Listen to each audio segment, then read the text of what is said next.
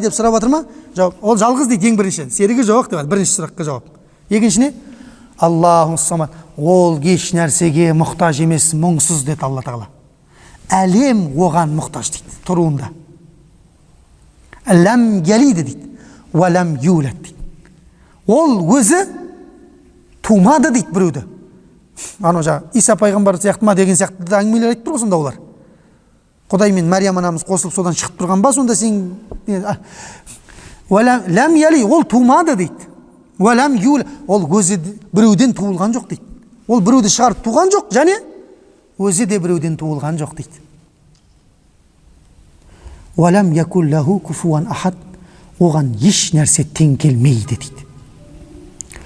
Бұл бізде Алланы пәктейтін Құран кәрімдегі ең ұлы сүрелердің бірі. Бір нәрседен екінші нәрсе кіріп бара жатырмыз біз. Енді